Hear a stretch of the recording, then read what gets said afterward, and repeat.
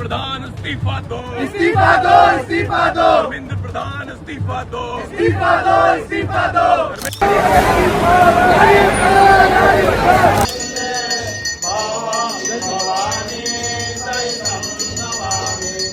வணக்கம். ராகுல் காந்தி மீண்டும் ஒரு முறை ரோட்டில் இறங்க போகிறாரா?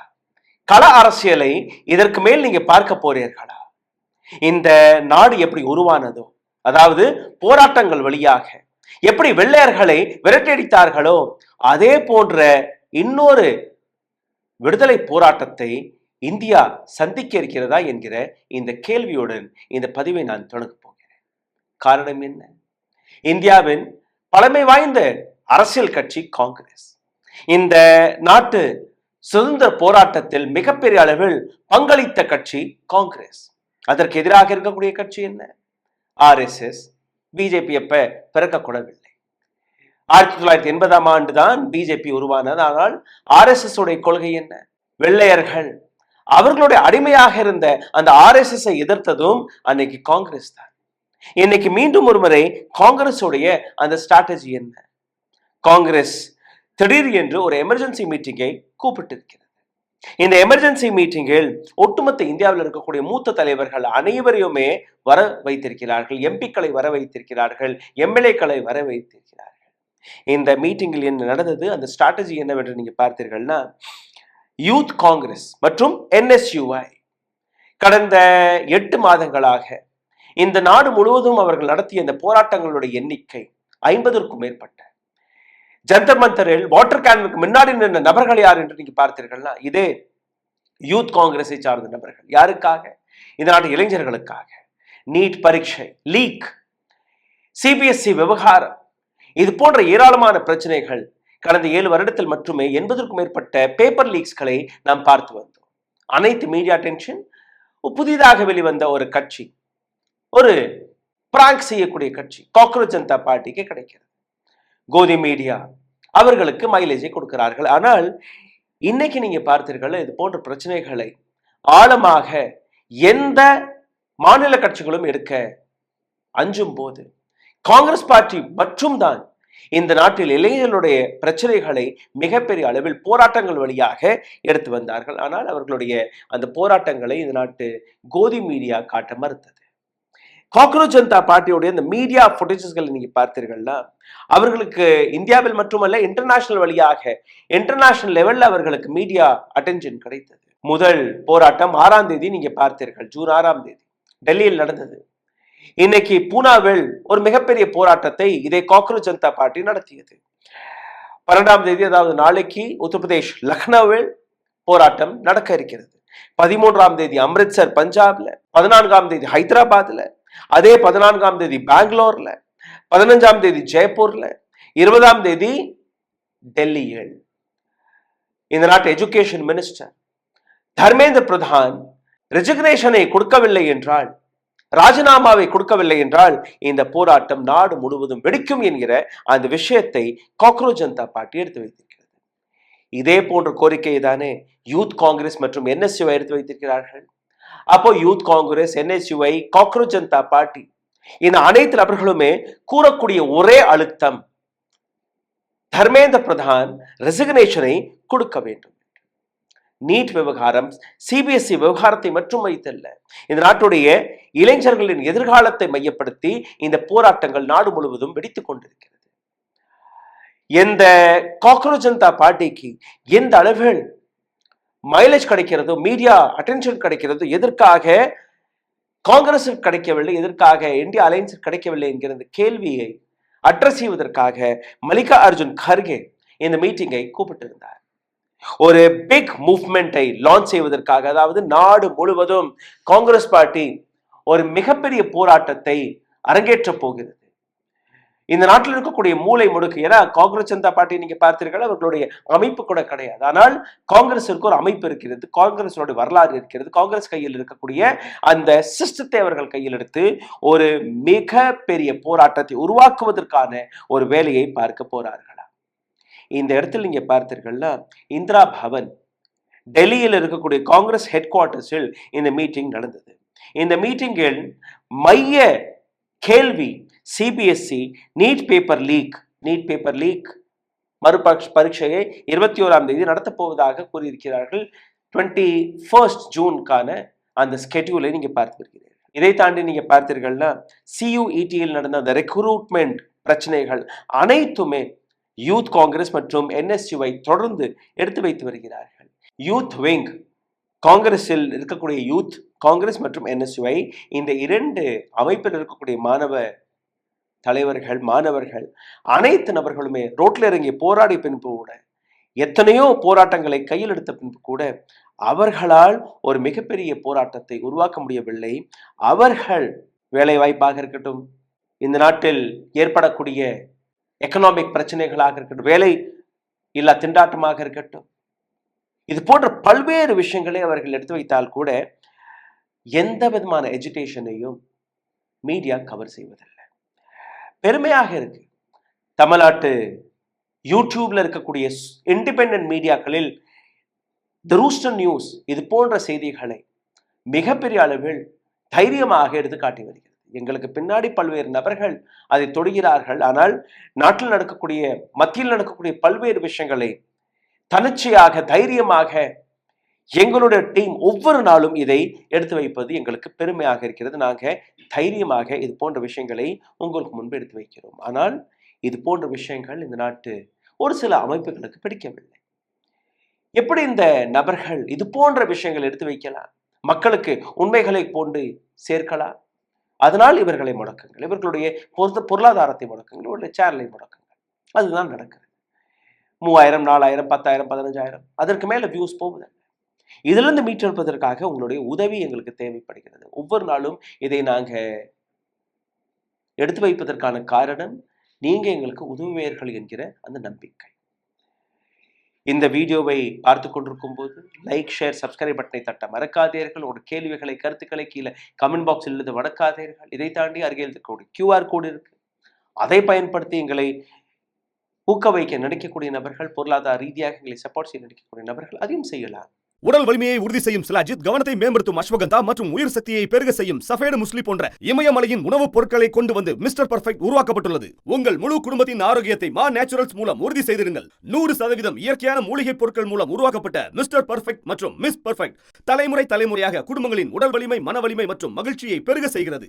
உங்கள் மகிழ்ச்சியான பயணத்தை துவங்க www.mannaturals.com என்ற இணையதளத்தை பார்வையிடவும் அல்லது வாட்ஸ்அப் எண்ணிலும் தொடர்பு கொள்ளலாம்.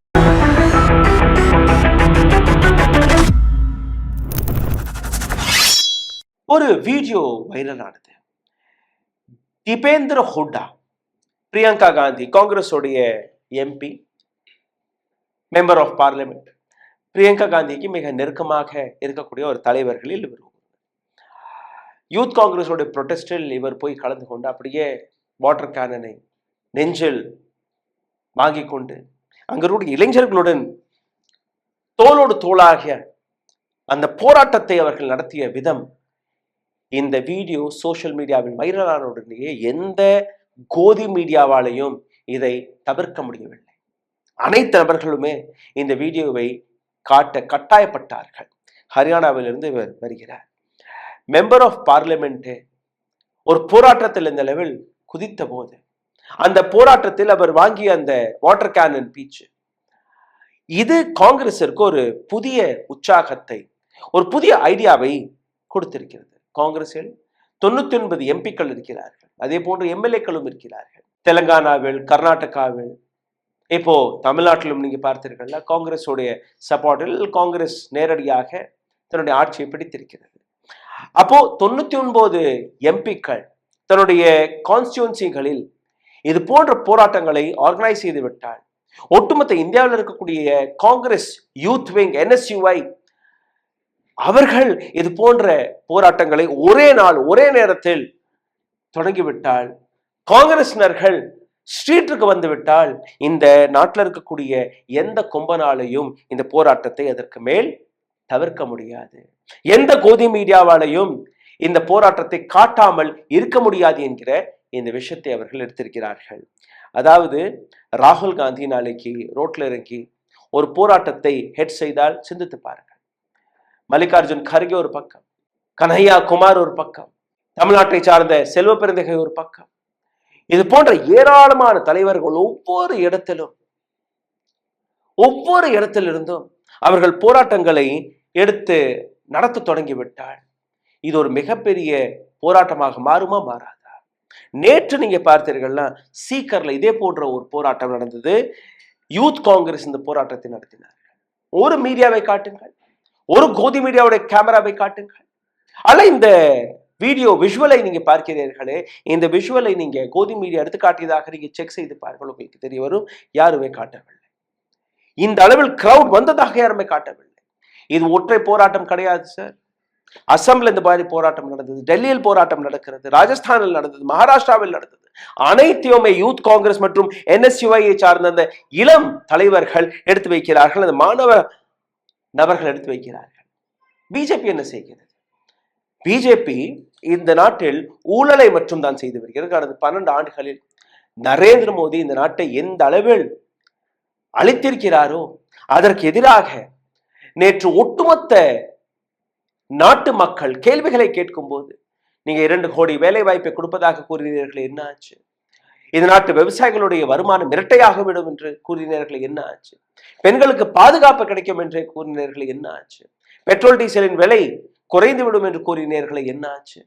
LPG சிலிண்டருடைய விலை அது குறைந்து விடும் என்று கூறினீர்களே, இப்போ வருடத்திற்கு வெறும் 3 LPG சிலிண்டர் மட்டும்தான். இந்த நாட்டுடைய கல்வித்துறையை பாருங்கள், இந்த நாட்டுடைய சுகாதாரத்துறையை பாருங்கள். நாட்டில் இருக்கக்கூடிய ஒரு 5-6 கார்பரேட்டுக்கு மட்டும்தான் நீங்க லாபத்தை தேடி கொடுத்திருக்கிறீர்கள் ஒழிய இந்த நாட்டு மக்களுக்கான அந்த சட்டங்கள் என்னானது? நீங்க கொண்டு வந்த ஒவ்வொரு திட்டத்தை எடுத்துக்கொள்ளுங்கள். உஜ்வலா யோஜனாவை எடுத்துக்கொள்ளுங்கள், பேட்டி பச்சாவோ பேட்டி படாவோ எடுத்துக்கொள்ளுங்கள், இந்த நாட்டிற்கு நீங்க கொண்டு வந்த அந்த இன்சூரன்ஸ் பாலிசிஸ்களை எடுத்துக்கொள்ளுங்கள், விவசாயிகளுக்காக நீங்க கொண்டு வந்த பாலிசிகளை எடுத்துக்கொள்ளுங்கள். அனைத்தையும் நீங்க பார்த்தீர்களா?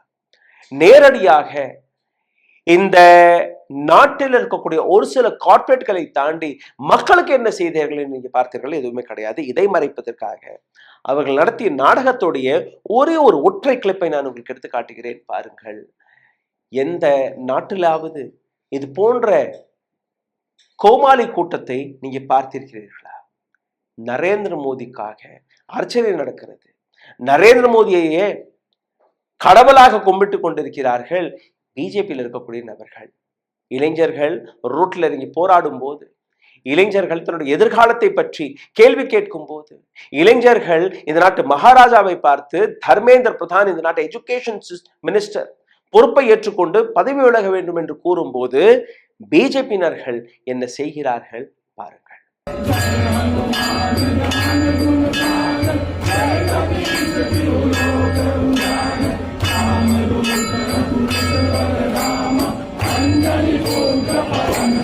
ஒரு நபர் கிடையாது.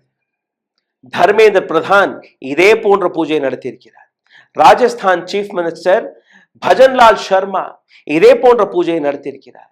டெல்லி மினிஸ்டர் பர்வேஷ் வர்மா இதே போன்ற பூஜையை நடத்தியிருக்கிறார். நேற்று இதெல்லாமே நடந்தது. இன்னொரு பக்கம் JP நட்டாவை நீங்க பார்க்க முடியும். இன்னொரு பக்கம் டெல்லி CM ரேகா குப்தா, அவரும் பிரைம் மினிஸ்டர் மோடிக்காக இந்த பூஜையை நடத்தி. காரணம் என்ன? நெஹ்ருவையே தாண்டி விட்டாராம். 12 ஆண்டுகள் அந்த நெஹ்ரு என்ன செய்தார் அதையும் நான் உங்களுக்கு எடுத்து காட்டப் போகிறேன்.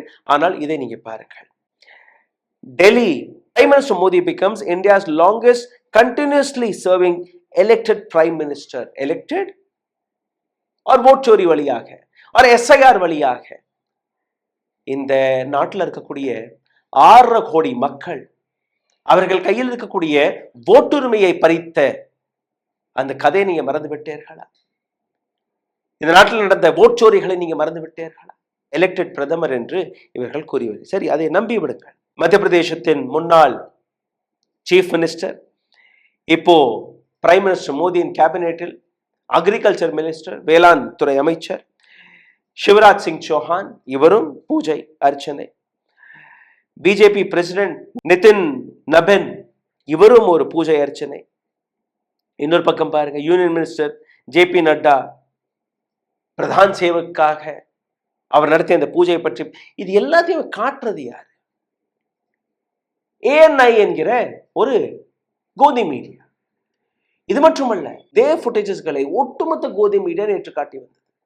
ஆனால் இதே இடத்தில் இன்னொரு விஷயத்தை நீங்க பாருங்கள். ஆல்ட் நியூஸ் என்கிற என்னுடைய நண்பர் முகமது ஜுபேர் அவர் நடத்தி வரக்கூடிய ஒரு ரிசர்ச் டீம் அவர்கள் எடுத்து வைத்த ஒரு உண்மையை நான் உங்களுக்கு எடுத்து காட்டுகிறேன். வெஸ்ட் பெங்கால்ல ராஜர்ஹட் நியூ டவுன் என்கிற ஒரு ஏரியா இருக்கு. இந்த இடத்தில் 164 பூத்துகள் இருக்கு. இந்த 164 பூத்துகளில் 88% இஸ்லாமிய ஓட்டர்ஸ்கள் இருக்கிறார்கள். இந்த இடத்தில் பிஜேபிக்கு 97% ஓட்டு கிடைத்ததாக கூறியிருக்கிறார்கள். சிபிஐக்கு வெறும் ஒரே ஒரு ஓட்டு, அதுவும் ஒரே ஒரு பூத்தில் தான் கிடைத்ததாக கூறியிருக்கிறார்கள். இதை நீங்க எப்படி நம்ப முடியும்? BJP got 97% vote. CPIM got 1 vote. TMC got only 5 votes. Just 5 votes. Who took our votes? யார் எங்களுடைய ஓட்டுகளை திருடி விட்டார்கள் என்கிற இந்த கேள்வியை அங்க இருக்கக்கூடிய மக்கள் கேட்கும் போது தேர்தல் ஆணையத்தால் பதில் கொடுக்க முடியவில்லை. பேச்சு மூச்சு இல்லாமல் அங்க ஓடி ஒளிந்து கொண்டிருக்கிறார்கள். இந்த திட்டத்தை, இந்த திருட்டு வேலையை மறைப்பதற்காக தான் டிஎம்சியை உடைக்கக்கூடிய வேலையை பிஜேபி பார்த்து வருகிறது. அங்க எந்த டிஎம்சி தலைவருமே பாதுகாப்பாக இருக்க முடியவில்லை. மம்தா பானர்ஜியாக இருக்கட்டும், அபிஷேக் பானர்ஜியாக இருக்கட்டும், மம்தா பானர்ஜி தலைமையில் இருந்த எத்தனையோ தலைவர்கள் நேரடியாக தாக்கப்பட்டிருக்கிறார்கள். அதுவும் போலீசார்களுக்கு அந்த கஸ்டடியிலேயே. இது இந்த நாட்டுடைய நிலை. சரி, இப்ப காங்கிரஸ் பார்ட்டியோட ஸ்ட்ராட்டஜி நீங்க பார்த்தீர்கள்ல, இந்த நாட்டில் இருக்கக்கூடிய ஒவ்வொரு பெரிய தலைவரும் நேரடியாக ரோட்டில் இறங்க வேண்டும். தடியடி வாங்கினா வாங்குங்க, வாட்டர் கேனன் அடித்தால் வாங்குங்க. ஆனால் இந்த போராட்டத்திலிருந்து இதற்கு மேல் நாம் பின்தாங்க போவதில்லை. எந்த ஸ்ட்ராட்டஜியை காங்கிரஸ் உருவாக்கியதோ அந்த ஸ்ட்ராட்டஜியை காக்ரோச் ஜனதா பார்ட்டி என்கிற ஒரு அமைப்பு பிஜேபிக்காக இந்த நாட்டு கோபத்தை சப்சைட் செய்யக்கூடிய வேலையை பார்க்கிறதா, அல்ல உண்மையிலேயே காக்ரோச் ஜனதா பார்ட்டி இந்த தர்மேந்திர பிரதானை நீக்குவதற்கான அந்த போராட்டத்தில் இறங்கியுள்ளதா என்று நாம் பொறுத்திருந்துதான் பார்க்க வேண்டும். லக்னோவில் நாளைக்கு போராட்டம், 20ஆம் தேதி டெல்லியில நாளைக்கு போராட்டம். இதே போன்று நீங்க பார்த்தீர்களா, கனஹியாகுமார் சம்பல்பூர்ல இதே போன்ற ஒரு மிகப்பெரிய போராட்டத்தை நடத்தி இருக்கிறார். பிரதான் கோபேக், சாக் பிரதான் சம்பல் மே ஷோர் ஹே, லீக் பிரதான் சோர் ஹே, இது போன்ற வார்த்தைகள். ஒற்றை தலைவரை காட்டுகள். இது போன்ற பேப்பர் லீக் விஷயத்தில் பாதிக்கப்பட்ட மாணவர்களை கூப்பிட்டு வைத்து பேசியதாக. பிரதமரே இருக்கட்டுமே, பேப்பர் லீக் நடந்து விட்டது, வாங்க சாய் பே சர்ச்சா, மன் கி பாத், ஏராளமான ப்ரோக்ராம் நடத்துகிறீர்கள். ஒரு ட்வீட்டை போடுங்கள், இந்த நாட்டு மாணவர்கள் பாதிக்கப்பட்டிருக்கிறார்கள், அவர்களுக்கு நியாயம் கிடைக்க வேண்டும் என்று. நரேந்திர மோடி இன்னைக்கு நினைத்தால் தர்மேந்திர பிரதானுடைய ரெசிக்னேஷனை வாங்கலாம். ஆனால் பிஜேபியுடைய அந்த அகங்காரத்தை பார்த்தீர்கள்னா, இதற்கெல்லாம் அமைச்சர் ரெசிக்னேஷன் கொடுக்க தேவையல்ல. இதற்கு முன்னாடி அமைச்சர்கள் ரெசிக்னேஷனை கொடுத்தார்களா? அப்ப ஏன் இவர் இங்க? ஏன்னா யாருமே இத்தனை வருடங்களாக, முக்கியமாக கோதி மீடியா இந்த நாட்டு அரசாங்கத்தை அக்கௌண்டபிளாக எடுத்து வைக்கவில்லை, கேள்வி கேட்கவில்லை. இந்த நாட்டு மாணவர்களுடைய எதிர்காலம் பாதிக்கப்படும் போது ஒரு கம்பெனி, ஒரு கார்பரேட் கம்பெனிக்கு நீங்க ஒரு டெண்டரை கொடுத்திருக்கீங்க, இந்த மாதிரி நீங்க ஸ்கேன் பண்ணி, ஸ்கேனர்கள் எங்க? எதுவுமே கிடையாது. மொபைல் போன்ல அந்த ஸ்கேனை எடுக்க சொல்லியிருக்கிறார்கள். எப்படியோ அடிச்சோம் பிடிச்சோம்னா அந்த ஸ்கேனர் நடந்திருக்கு. அந்த ஸ்கேன் ஷீட்ஸ்களை நான் உங்களுக்கு எடுத்து காட்டுகிறேன், பாருங்க. அந்த ஸ்கேன் ஷீட்ஸ்களை பார்த்தாலே புரிந்து வரும், ஒரு ஹைடெக் முறையில் இந்த ஸ்கேனிங் நடக்கவில்லை. அப்போ பிரச்சனை யாருக்கு? தவறு யார் செய்தது? அந்த கம்பெனி செய்தது. இப்போ ஒரு மாணவர், என்னுடைய பரீட்சை தாளில் பிரச்சனை இருக்கு, மறுபடியும் ரீசெக் செய்யணும். 4 மாணவர்கள்ல 3 மாணவர்கள் ரீசெக்கான அப்ளிகேஷன் போட்டிருக்கிறார்கள். 4 மாணவர்கள்ல 3 மாணவர்கள். சிந்தித்து பாருங்கள் எந்த அளவில் இந்த கொடூரம் நடந்திருக்கிறது. சரி, ரீசெக் செய்யலாம். பேப்பர் ரீசெக் செய்வதற்காக 100 ரூபாய், ஒவ்வொரு பக்கத்துக்கும் 100 ரூபாய், ஒரு கேள்விக்காக 100 ரூபாய், இப்படி தனித்தனியா டாரிஃப் வச்சிருக்கிறது சிபிஎஸ்இ. ஒரு மாணவர் பேப்பரை ரீசெக் செய்ய போகணும் என்றால் குறைஞ்சபட்சம் 2000 ரூபாய் அவர் செலவு செய்ய வேண்டும். தவறு உங்களோட இது. சிஸ்டம் உங்களுடையது, இந்த ப்ராசஸ் உங்களுடையது, ஐடியா உங்களுடையது. இன்னைக்கு மாணவர் கஷ்டப்பட்டு படிச்சு அந்த பரீட்சை எழுதி ஃபெயில் ஆன போது என்னுடைய மார்க்ஸில் எனக்கு நம்பிக்கையில் மறுபடியும் அதை ரீசெக் செய்யுங்கள்னு போய் நிற்கும் போது 2000 ரூபாய் கொடுத்தா தான் நாங்கள் ரீசெக் செய்வோம். அப்போ எந்த ஆப்பர்ச்சுனிட்டியும் நீங்க இழக்கக்கூடாது. ராகுல் காந்தி 17 வயது மாணவர், சிபிஎஸ்சியில் நடக்கக்கூடிய இந்த தில்லுமுள்ளக்கள், இந்த ஊழலை வெளிக்காட்டிய மாணவர் வீட்டுக்கு கூப்பிட்டு வைத்து பேசினாரா இல்லையா? Show me one leader apart from this person. அதற்காக ராகுல் காந்தி நல்லவர் வல்லவர் நல்லா நான் கூற வரவில்லை, இல்ல காங்கிரஸிற்காக நான் சப்போர்ட் செய்து பேசவும் இல்லை. But show me one political party, DMK, MK Stalin, கேரளாவிலிருந்து Pinarayi Vijayan, did they come on the roads? சரி, ஸ்டாலினை விட்டுருங்க, பினராயி விஜயனை விட்டுருங்க. அவர்களுடைய ஸ்டூடெண்ட் விங்ஸ், டிஎம்கேக்கு ஸ்டூடெண்ட் விங் கிடையாதா? சிபிஐக்கு ஸ்டூடெண்ட் விங் கிடையாதா? டிஎம்சிக்கு ஸ்டூடெண்ட் விங் கிடையாதா? ஆம் ஆத்மி கட்சிக்கு ஸ்டூடெண்ட் விங் கிடையாதா? ஆர்ஜேடி சமாஜ்வாதி பார்ட்டிக்கு ஸ்டூடெண்ட் விங் கிடையாதா? எங்க இருக்கிறார்கள் இவர்கள்? தேஜஸ்வி யாதவுடைய ட்வீட்டை காட்டுங்கள், மம்தா பானர்ஜியோட ட்வீட்டை காட்டுங்கள், அகிலேஷ் யாதவுடைய ட்வீட்டை காட்டுங்கள், எம்கே ஸ்டாலினோட ட்வீட்டை காட்டுங்கள், பினராயி விஜயனோட ட்வீட்டை காட்டுங்கள், எந்த தலைவருடைய ட்வீட்டையாவது எடுத்து காட்டுங்கள். They might have posted one tweet, but where is the education? எந்த களத்தில் இறங்கி அவர்கள் போராடினார்கள் apart from Youth Congress and NSUI? இதனால்தான் பிஜேபி பயந்திருக்கிறது. இந்த கோபத்தை பார்த்துதான் பிஜேபி பயந்திருக்கிறது. ஜென்சி ஒருவேளை காங்கிரஸ் பக்கம் திரும்பிவிட்டால், ஏன்னா காங்கிரஸ் இருக்கக்கூடிய அந்த அடித்தளம், அந்த பேஸ்மெண்ட் நாடு முழுவதும் மட்டுமல்ல ஒட்டுமொத்த உலகத்திலே இருக்கிறது. எங்கெல்லாம் இந்த நாட்டுடைய சுதந்திர போராட்டத்தின் கதை போய் சேர்கிறதோ அங்க எல்லாம் இருக்கிறது. இங்க ஒரு பிரச்சனை நடந்தால் அமெரிக்கா அதிரும், முக்கியமாக பிரிட்டன் நாடு அதிரும். அந்த அளவில் இந்த நாட்டுடைய சுதந்திர போராட்டத்துடைய அந்த வரலாறு இருக்கிறது. இன்னைக்கு நீங்க பார்த்தீர்கள்னா இந்தியா அலையன்ஸோடைய மீட்டிங் நடந்தது. அந்த இந்தியா அலையன்ஸோடைய மீட்டிங்கில் இந்த காக்ரோச் ஜனதா பார்ட்டியை பற்றி பேசினார்கள், ஸ்டூடெண்ட் ப்ரொடெஸ்டை பற்றி பேசினார்கள், ஸ்டூடெண்ட்களுடைய பிரச்சனைகளை பற்றி பேசினார்கள். பட் இந்தியா அலையன்ஸ் எங்க இருக்கிறது?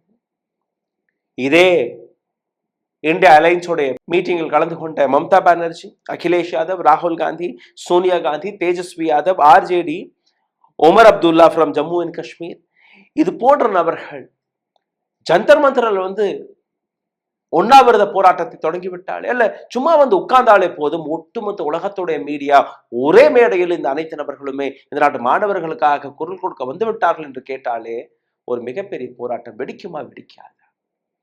இந்த போராட்டம் இந்த நாட்டு ஆட்சி பிடுங்கி வீசுவதற்காக கிடையாது. இந்த நாட்டு போராட்டம், இந்த மாணவர்களுடைய போராட்டம், இந்த நாட்டு மாணவர்களுக்கு நீதி நியாயம் கிடைக்க வேண்டும், அவர்களுடைய எதிர்காலம் செக்யூர் ஆக வேண்டும் என்கிற ஒரே நோக்கத்தில் நடக்க வேண்டுமா இல்லையா? சிம்பிளாக 25-26 கட்சிகள் இருக்கு இந்தியா அலையன்ஸ்ல. ஒரு 1000 பேரை கொண்டு வந்தால் கூட 25,000 பேர் டெல்லியில் ஜந்தர் மந்தரில் குவிந்து விடுவார்கள். இந்த போராட்டத்தை நீங்க பார்க்கிறீர்கள். இன்னொரு பக்கம் கடந்த 12 ஆண்டுகளாக நரேந்திர மோடி என்ன செய்தார்? நெஹ்ரு நெஹ்ரு நெஹ்ரு. பட் நெஹ்ரு என்ன செய்தார்? அதை இந்த ரீலில் நீங்களே பார்த்து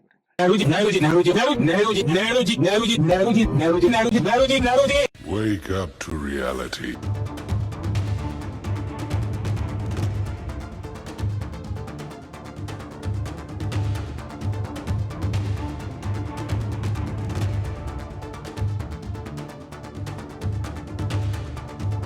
அதாவது இந்த நாட்டில் ஒரு மிகப்பெரிய போராட்டத்திற்கான அடித்தளத்தை போட்டு விட்டார்கள். இந்த போராட்டம் எந்த அளவில் வேர்கொள்ளப் போகிறது என்று பொறுத்திருந்து பார்க்கலாம். காங்கிரசிற்கு கிடைத்த ஒரு மிகப்பெரிய பிரம்மாஸ்திரம் என்று தான் நீங்க பார்க்க முடியும். சிந்தித்து பாருங்கள், இந்த நாட்டு மாணவர்களுடைய எதிர்காலத்தை எந்த அளவில் சீர்குலைத்து விட்டார்கள். அதை சரி பார்ப்பதற்காக கூட நாம் இன்னைக்கு போராட வேண்டிய அவசியம் ஏற்பட்டு விட்டது. நன்றி, வணக்கம். ஊடகம் கார்ப்பரேட் அரசியல்வாதிகளின் கைப்பாவையாக அடிமைகளாக இருந்தது போதும், இனி சாட்டை எடுத்து சுழற்றும் நேரம் வந்துவிட்டது. ஊடகம் பொதுமக்களாகிய உங்களுக்காக, உங்களாலேயே இயக்கப்பட வேண்டும். ஊடக சுதந்திரத்திற்காக உங்களின் பங்களிப்பை இன்றே அளித்திடுங்கள்.